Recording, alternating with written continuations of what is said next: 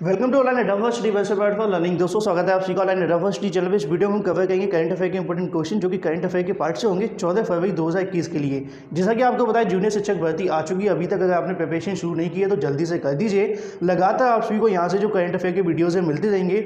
इतना ही नहीं, इससे पुराने लगभग 1 साल का पूरा करंट अफेयर भी आप सभी को यहाँ से कवर करा दिया जाएगा और एग्जाम आते आते सामान्य अध्ययन का पूरा पार्ट आप सभी को देखने के लिए मिलेगा। इसके अलावा प्रैक्टिस सेट भी जल्द शुरू करवाए जाएंगे, तो परेशान होने की आवश्यकता नहीं है। वीडियो को लाइक और शेयर करके साथ में चैनल को सब्सक्राइब अवश्य कर लें। चलिए दोस्तों वीडियो शुरू करते हैं। अगर आप किसी भी एग्जाम की अच्छे से प्रिपरेशन करना चाहते हैं तो सबसे इंपॉर्टेंट चीज़ है टेस्ट सीरीज लगाना।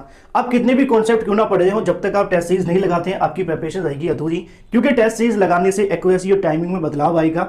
तो ऐसे में टेक्स्ट बुक जो कि मार्केट लीडर है टेस्ट सीरीज में, जिसके टेस्ट सीरीज 1 करोड़ से ज्यादा स्टूडेंट अभी तक लगा चुके हैं, वो आप सभी के लिए लेकर के आए हैं यूपी टीईटी के लिए 86 मॉक टेस्ट। साथ में आपको रीड के भी मिलेंगे लगभग 154 टेक्स्ट बुक के पास, जो कि आप सभी जाकर के ले सकते हैं।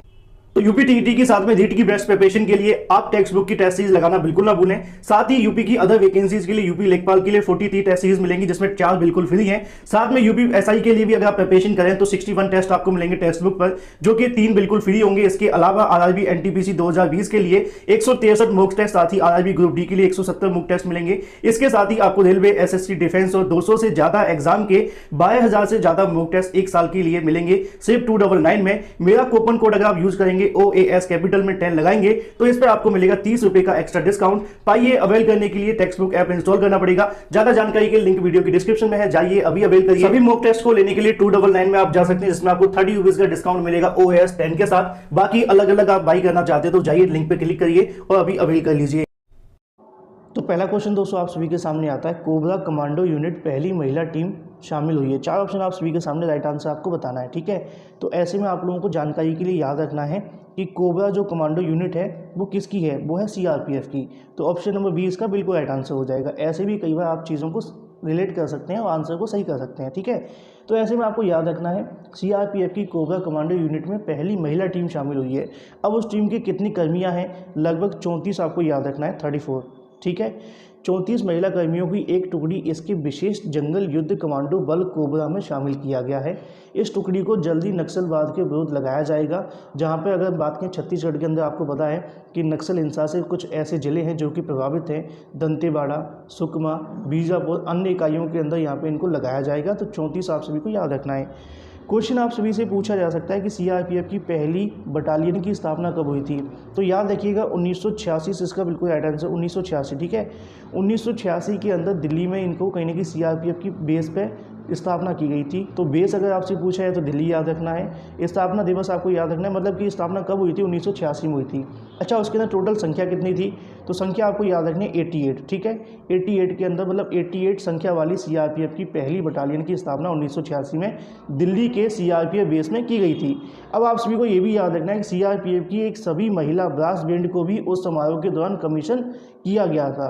साथ ही अगर बात करें CRPF की पहली महिला बटालियन की 35वीं स्थापना दिवस की वर्षगांठ के अवसर पर आयोजित की गई थी।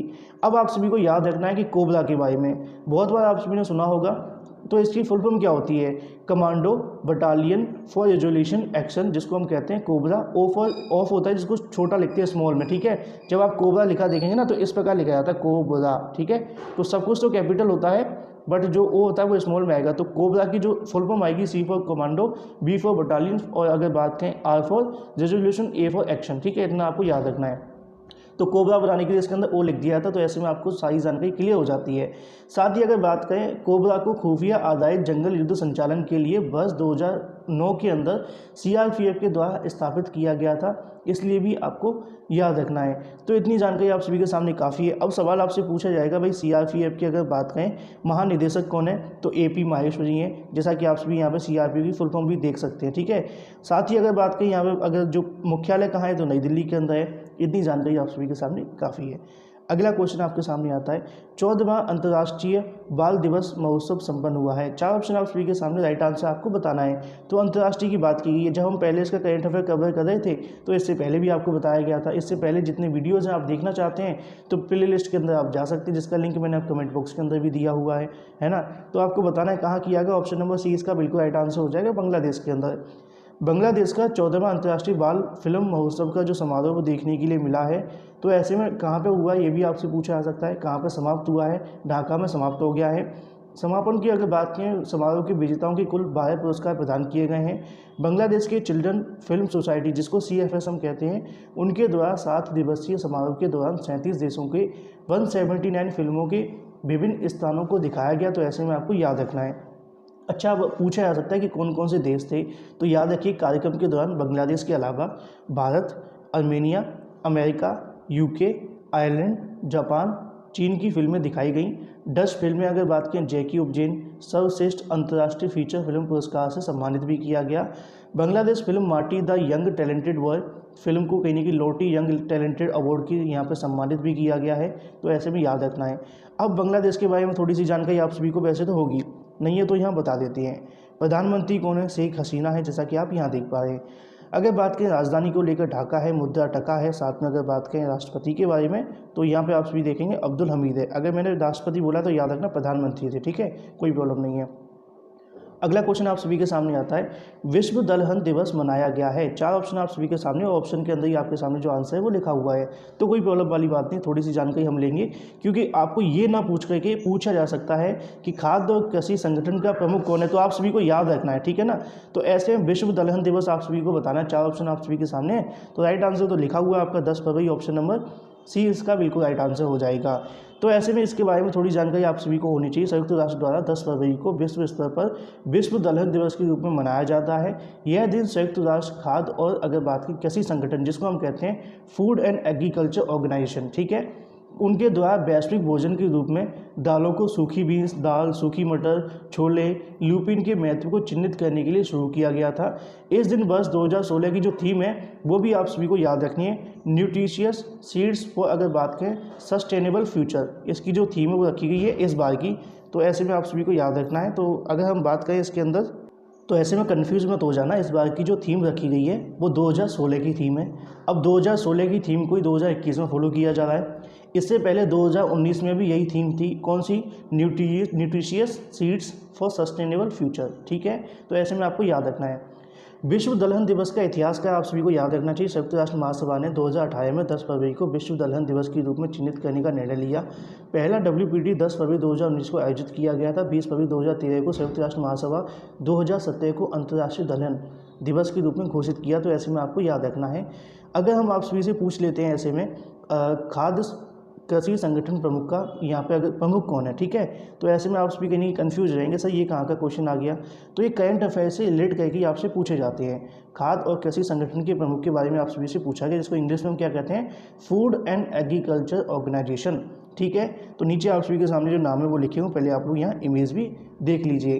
तो पल्स क्या है आप सभी को पता है, दलहन को हम पल्स कहते हैं, जिसे फलियां में भी कहा जाता है। खाए जाने वाले फलदार पौधे, खाद्य बीज या फिर सूखे बीज, दाल, मटर सबसे अधिक खाए जाने वाले पल्स हैं। तो ऐसे में आपको याद भी रखना है। इमेज तो आपने देख ली होगी, लेकिन अगर हम बात कर रहे थे यहाँ पे खाद्य और कृषि संगठन के प्रमुख के बारे में, तो कौन है? डोंग्यू आपको याद रखना है। क्यों डोंग्यू? क्यों डोंग्यू आप याद रखेंगे तो बस ठीक है।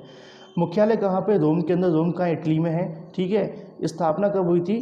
16 अक्टूबर 1945 में। इतनी जानकारी आप सभी के सामने काफ़ी है। तो वीडियो को लाइक और शेयर कर दिया करें ज़्यादा से ज़्यादा अभ्यर्थियों के साथ में, जिससे कि और भी अभ्यर्थियों को सूचनाएं मिल पाएँ। अगला क्वेश्चन आप सभी के सामने आता है, भारत और डैश ने लालंदर शतूट बांध के निर्माण के लिए समझौता किया है। 4 ऑप्शन आप सभी के सामने, राइट आंसर आपको बताना है। तो भारत के साथ किसने किया आप सभी से पूछा गया है। अफगानिस्तान, म्यांमार, भूटान या फिर इसमें से कोई नहीं। तो 4 ऑप्शनों में से इसका जो राइट आंसर होगा ऑप्शन नंबर ए इसका बिल्कुल राइट आंसर हो जाएगा, अफगानिस्तान। भारत और अफगानिस्तान ने लालंदर शतूट बांध के निर्माण के लिए समझौता किया है। ऑप्शन नंबर ए इसका बिल्कुल राइट आंसर होता है। अब ऐसे में आप सभी को याद रखना है किस नदी के ऊपर ये बांध बनेगा, है ना। बांध तो बनने वाला है। अब ये भी पूछा जा सकता है कि भाई किस नदी के ऊपर बनाने के लिए समझौता किया गया है। भारत और अफगानिस्तान में 3 से 4 नदियाँ दे दी जाएंगी, तो ध्यान से सुनिए। भारत अफगानिस्तान ने अफगानिस्तान में काबुल नदी की एक सहायक नदी पर शतूट बांध, लालंदर बांध के निर्माण के लिए वीडियो कॉन्फ्रेंसिंग के माध्यम से समझौते ज्ञापन पर सिग्नेचर किए हैं। लगभग $300 मिलियन की लागत वाली यह परियोजना अफगानिस्तान के बीच न्यू डेवलपमेंट पार्टनरशिप का हिस्सा भी है। तो ऐसे में आपको याद रखना है।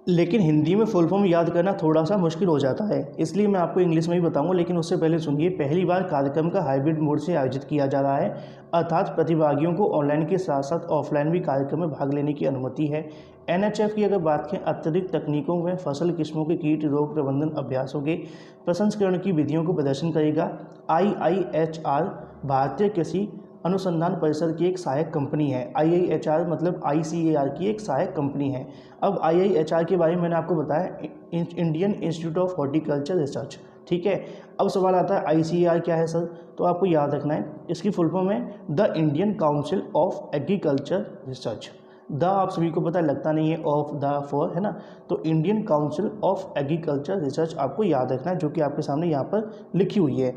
अब इसके निदेशक कौन है, त्रिलोचन महापात्रा, मुख्यालय नई दिल्ली के अंदर, स्थापना कब हुई थी, 16 जुलाई 1929। इतनी जानकारी तो काफ़ी है ना।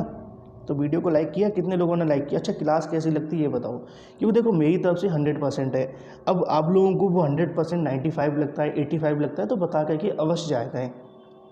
अगला क्वेश्चन आप सभी के सामने आता है, ओडिशा में माफ़ कीजिए, भारत का पहला thunderstorm research testbed कहाँ स्थापित होगा। 4 ऑप्शन आप सभी के सामने, राइट आंसर आपको बताना है। वैसे मैंने आपको हिंट दे दी है और मेरा काम तो आपको आंसर बताना ही है ना, तो कई बार गलती से निकल जाता है, परेशान मत होना। तो भारत का पहला thunderstorm research testbed जो स्थापित होने वाला है वो होगा ऑप्शन नंबर बी, ओडिशा के अंदर, क्योंकि हमने आपको पहले बता ही दिया था। तो यहाँ पे आप सभी को याद रखना, भारत के मौसम विभाग के माध्यम से उड़ीसा के बालासोर जिले में देश का पहला thunderstorm research testbed स्थापित किया जाएगा, जिसकी घोषणा यहाँ पर कर दी गई है। अब इसका जो मुख्य उद्देश्य क्या होगा, त्वरित आघात के कारण मानव मृत्यु को संपत्ति नुकसान को कम करने का जो प्रयास है वो यहाँ किया जाएगा। साथ ही अगर बात करें, यह सुविधा जो होगी पृथ्वी विज्ञान IMD रक्षा अनुसंधान, जो अगर बात करें DRDO की यहाँ बात की है, भारतीय अंतरिक्ष अनुसंधान ISRO के माध्यम से इस बीच सहयोग से जो है स्थापित करने का जो प्रयास है वो किया जाएगा। मतलब DRDO साथ में ISRO के साथ कहीं ना कहीं मिलकर इसको जो प्रयास है वो आगे बढ़ाया जाएगा। अब ऐसे में आप सभी को याद रखना है किसके माध्यम से होगा, भारतीय मौसम विभाग के माध्यम से, है ना। नीचे आपके सामने इमेज भी देखने के लिए मिल जाती है, जो कि आप लोग यहाँ देख पाए। लेकिन ऐसे में आपसे पूछा जा सकता है कि भाई भारतीय मौसम विज्ञान का महानिदेशक कौन है, तो आपको कभी गलती नहीं करनी, बिल्कुल आपके सामने मैं लिख करके लेकर के आया हूँ। तो यहाँ पे आपके सामने लिखे मृत्युंजय महापात्रा। स्थापना कब हुई थी, 1875 में हुई थी, ठीक है। भारतीय मौसम विज्ञान का जो विभाग मुख्यालय कहाँ है, तो ऐसे में आपको याद रखना है मौसम भवन, लोधी रोड, नई दिल्ली, ठीक है। तो ये तो दोस्तों सारी जानकारी आप सभी के सामने हो ही जाती है। तो ऐसे में अगर आपसे IMD की फुल फॉर्म पूछ ली जाए तो उसी को यहाँ पे इंग्लिश में बोला जाएगा, जिसको हम कहते हैं द इंडियन मेट्रोलॉजिकल डिपार्टमेंट, ठीक है। IMD जो लिखा है ना, भारतीय मौसम विज्ञान विभाग, ठीक है। अगला क्वेश्चन आपके सामने आता है, by many a happy accident relaxation of A life किसके द्वारा लिखी गई है। ये पुस्तक का नाम है, आपको यहाँ पे याद रखना है, इतनी बड़ी ये पुस्तक है, by many a happy accident relaxation of A life, आप सभी को बताना है। 4 ऑप्शन आप सभी के सामने, राइट आंसर आपको पता होना चाहिए। तो किसके द्वारा लिखी गई है, ऑप्शन नंबर ए इसका बिल्कुल राइट आंसर हो जाएगा, हामिद अंसारी। हामिद अंसारी कौन है आपको बताएंगे, लेकिन उससे पहले आपको याद रखना है उनके द्वारा ये पुस्तक है जो लिखी गई है, ठीक है। अगर हम बात करें हामिद अंसारी द्वारा लिखी गई, मोहम्मद हामिद अंसारी 2007 से लेकर 2017 तक लगातार 2 बार भारत के उपराष्ट्रपति और राज्यसभा के सभापति रहे हैं। तो ऐसे में आप सभी को याद रखना है ना। पुस्तक के बारे में अगर हम बात करें तो इस पुस्तक के अंदर हामिद अंसारी ने अपने जीवन में हुई अनियोजित घटनाएं, अपनी पैदाइश से लेकर लगातार 2 बार उपराष्ट्रपति रहने तक के और भी तमाम चीज़ें इसके अंदर शामिल की गई हैं। साथ ही अगर बात करें अपनी बेबाकी और कहने की अपनी जो चीज़ें उसको लेकर इसके अंदर जिक्र किया गया है, सर्वपल्ली राधाकृष्णन को छोड़कर उनके किसी पूर्ववर्ती इस सम्मान को अनुभव नहीं किया था। तो ऐसे में आप सभी को याद भी रखना है। नीचे आप सभी के सामने पुस्तक की जो इमेज है वो देखने के लिए मिल जाएगी, जिससे कि आप याद रख सकते हैं। अगला क्वेश्चन दोस्तों आप सभी के सामने आ जाता है, राइट आंसर आप सभी को बताना है। 300 टेस्ट विकेट लेने वाले तीसरे भारतीय गेंदबाज बने हैं। 4 ऑप्शन आप सभी के सामने और राइट आंसर आप सभी को बताना है। तो वीडियो को लाइक और शेयर करना बिल्कुल ना भूलें, साथ में चैनल को सब्सक्राइब करें और बेल आइकन को अवश्य दबा लें। तो ऐसे में दोस्तों जैसा कि आप सभी को पता है, 300 टेस्ट विकेट लेने वाले तीसरे गेंदबाज जो बने हैं वो हाल ही में ईशांत शर्मा बने हैं। ऑप्शन नंबर सी इसका बिल्कुल राइट आंसर हो जाएगा, ऑप्शन नंबर सी। अब ये भारत के तीसरे बने हैं, है ना, लेकिन यहाँ पर थोड़ी सी आपको कन्फ्यूजन हो सकती है, उसको दूर करने के लिए मैं आपको समझा दूँ। भारतीय तेज गेंदबाज ईशांत शर्मा टेस्ट क्रिकेट में 300 विकेट लेने वाले देश के छठे भारतीय तीसरे पेसर बने हैं। क्योंकि क्वेश्चन के अंदर अगर आपसे पूछ लिया जाए हरभजन सिंह, है ना, तो भारत के सबसे ज़्यादा विकेट लेने वाले में तो पीछे हैं ये, है ना, लेकिन तेज़ गेंदबाज में तीसरे हैं। समझाने के तौर पर आप भी यहाँ पर समझिए। पहले तो आप ये इमेज देख लो ईशांत शर्मा की, ठीक है। अब यहाँ पे आप समझो सबसे ज़्यादा विकेट किसने लिए हैं, भारत में, है ना। वर्ल्ड में पूछा जाए तो मुथैया मुरलीधरन आपका नाम आ जाएगा, ठीक है ना। सैन बोन भी आ जाएगा। तो ऐसे में आप सभी को याद रखना है अनिल कुंबले। दूसरे नंबर पे कौन है, अगर हम बात करें जो आप सभी देख पाए, कपिल देव है। तीसरे पे आपके सामने कौन आ जाते हैं, रविचंद्रन अश्विन। अब इनकी 377 है, लेकिन अगर देखा जाए तो ये स्पिनर है ना। हरभजन ने लगभग 417 लिए थे, है ना। तो दोनों को अगर हम देखें, अभी जो खेल चल रहा है ना, इसके अंदर जो भारत अभी खेलने वाली है, इसके अंदर दोबारा से विकेट ले सकते हैं, तो हो सकता है कि थोड़ा कुछ बदलाव देखने के लिए मिले। लेकिन फिलहाल अगर हम बात करें 377 आप सभी के सामने, इससे ज़्यादा भी हो सकते हैं। तो अगर बात करें पेसर के बारे में, तो यहाँ पे जो पेसर है वो आपको याद रखना है कौन है। पहले नंबर पे अनिल कुंबले आएंगे, सॉरी कपिल देव आएंगे, उसके बाद जही खान आएंगे, और तीसरे पे कौन आएगा, ईशांत, ठीक है। वैसे देखा जाए तो काफ़ी नीचे हैं, लगभग आपसे भी 6वें नंबर पर देखने के लिए मिलेंगे, क्योंकि 5 तो आपके सामने लिखे हुए हैं, है ना। तो याद रखना, अगर आपसे पेसर पूछे जाए, तेज़ गेंदबाज जिसको हम कहते हैं, तो तीसरे पे ईशांत है। अगर आपसे ये पूछ लिया जाए कि भाई छठे कौन बने, तो छठे पे आप सभी को याद रखना है कि भाई ये क्रम आएगा, ठीक है, समझाने के तौर पे। इससे अच्छा आपको कभी परेशान होने की आवश्यकता नहीं पड़ेगी। अच्छा, ईशांत की एज 32 है, आप सभी को याद होगी, कोई पूछा नहीं जाएगा। लेकिन 98 मैच लगे हैं, ये पूछा जा सकता है कि भाई 300 विकेट लेने में उनको कितने मैच लगे।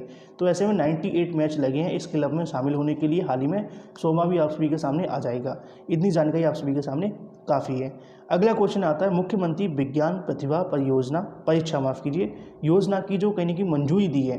तो ऐसे में आपको याद रखना है, मुख्यमंत्री विज्ञान प्रतिभा परीक्षा योजना को जो मंजूरी दी है वो किसने दी है, आपको याद रखना है। ऑप्शन नंबर 20 का बिल्कुल राइट आंसर हो जाएगा, मुख्यमंत्री अरविंद केजरीवाल ने। अब मुख्यमंत्री वो कहाँ के, तो आपको याद होगा दिल्ली कैबिनेट के मुख्यमंत्री विज्ञान प्रतिभा परीक्षा को यहाँ पे जो मंजूरी है वो दे दी है। कक्षा 9 से लेकर अगर बात करें 9 से लेकर 1000 मेधावी छात्रों को विज्ञान छात्रवृत्ति के रूप में 5000 रुपये प्रदान किए जाएंगे। छात्रवृत्ति स्कूल स्तर पर माध्यमिक कक्षाओं में विज्ञान शिक्षा को बढ़ावा भी देगी। तो ऐसे में आप सभी को याद रखना है, मुख्यमंत्री अरविंद केजरीवाल के अनुसार उनका कहना है कि हमारी सरकार मेधावी और प्रतिभाशाली छात्रों को बढ़ावा देने के लिए यह महत्वपूर्ण जो कदम है वो उठाया गया। तो ऐसे में आप सभी से पूछा जा सकता है। साथ ही अगर बात करें विज्ञप्ति के अनुसार जो जारी की गई है, दिल्ली के स्कूलों में पढ़ने वाले छात्रों के जिन्होंने कक्षा 8 से लेकर 60% तक अधिक अंक प्राप्त किए हैं, वे परीक्षा के लिए पात्र हैं। SC ST अगर बात करें PH OBC वर्ग के संबंधित छात्रों को 5% की छूट भी देखने के लिए मिलेगी। अब दिल्ली के बारे में आप सब कुछ लगभग जानते हैं, लेकिन फिर भी हमने लिखा है कि पूछ लिया जाए तो याद रखना, क्योंकि हो सकता है कि आपको राज्यपाल ना पता हो। तो अनिल बैजल आपको याद रखना है। तो ऐसे में ये हो जाते हैं दोस्तों सभी तमाम जो क्वेश्चन आप सभी के सामने लेकर के आए थे। कल हमने आप सभी से पूछा था कि भारत के लिए गूगल क्लाउड के MD और CEO नियुक्त किए गए, तो विक्रम सिंह बेदी ऑप्शन नंबर 20 का बिल्कुल राइट आंसर था। इसी के साथ में क्वेश्चन ऑफ द डे आप सभी के सामने आ जाता है। वीडियो को लाइक और शेयर करके साथ में चैनल को सब्सक्राइब कर लें और बेल आइकन को अवश्य दबा लें। क्वेश्चन ऑफ द डे आप सभी से पूछा गया, जनवरी 2021 का ICC player of the month award मिला है, किसको मिला है। 4 ऑप्शन आप सभी के सामने। वीडियो को लाइक और शेयर के साथ चैनल को सब्सक्राइब करना बिल्कुल ना भूलें। क्लास कैसी लगी तो बता करके जाएँ, और सभी क्लासेस को देखने के लिए प्लेलिस्ट के अंदर जा सकते हैं, जो कि आप सभी को लिंक वीडियो की कमेंट बॉक्स के अंदर मिल जाएगा। So guys, thank you for